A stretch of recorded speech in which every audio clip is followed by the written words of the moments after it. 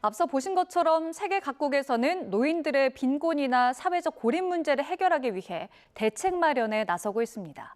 지난해 초고령 사회에 진입한 우리나라에서도 노인 복지와 돌봄 등 고령층을 위한 과제가 점점 더 중요해지고 있는데요. 이화여자대학교 사회복지학과 정순들 교수와 함께 관련 얘기 나눠봤습니다.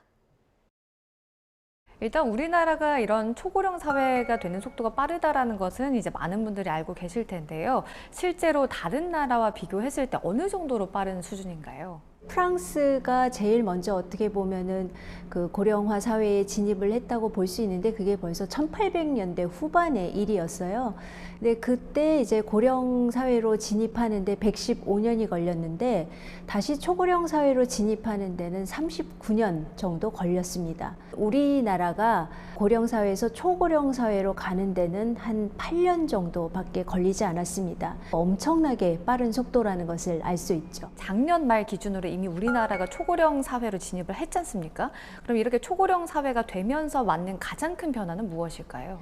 노인 인구가 많아진다는 의미는 노인들이 필요로 하는 돌봄이나 의료에 대한 그런 비용들이 증가한다라고 하는 것들을 이제 의미하게 되는 거고요.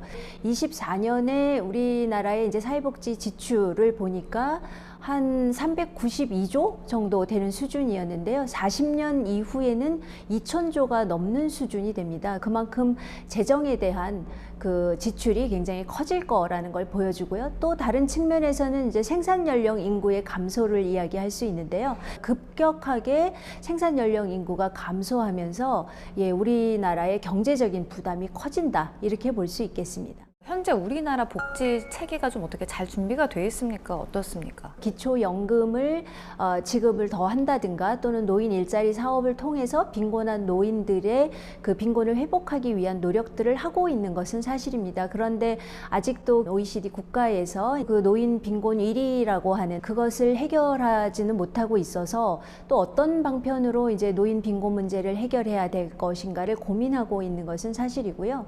고독사와 관련해서 보면 23년에 이미 제1차 고독사 예방 기본 계획을 수립해서 5년간의 계획을 가지고 고독사로 인한 어떤 외로움이라든가 이제 이런 부분들에 대한 대안을 마련해 오고 있습니다. 노인 복지 정책을 다룸에 있어서 가장 시급하게 해결해야 될 문제는 어떤 것이 있을까요? 일단 노인의 자립에 좀 방점을 찍어야 되지 않을까.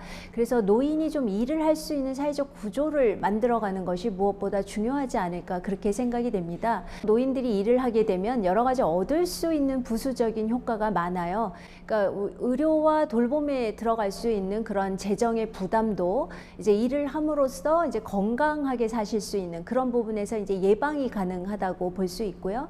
그리고 이제 경제적으로도 일을 하면서 수익을 얻을 수 있으시잖아요. 또 하나는 이제 사람들을 만나게 됩니다. 일자리에 가서. 그렇게 되면 이제 사람들과 만남으로 인해서 어떤 고립이라든가 외로움을 예방할 수 있는 측면이 있죠. 지금 이제 가장 많이 일본에서도 논의되고 있는 것은 이제 재고용입니다. 그러니까 계속해서 고용이 되면 이제 그 높은 급여를 감당하기가 어렵잖아요. 그래서 일단은 한번 은퇴를 하고 그 다음에 다시 고용이 돼서 임금을 재협상하는 형태가 되는 거고요. 네, 그럼 교수님께서 생각하시기에 우리가 초고령 사회를 맞이해서 어떤 준비를 해나가야 된다고 생각을 하실까요?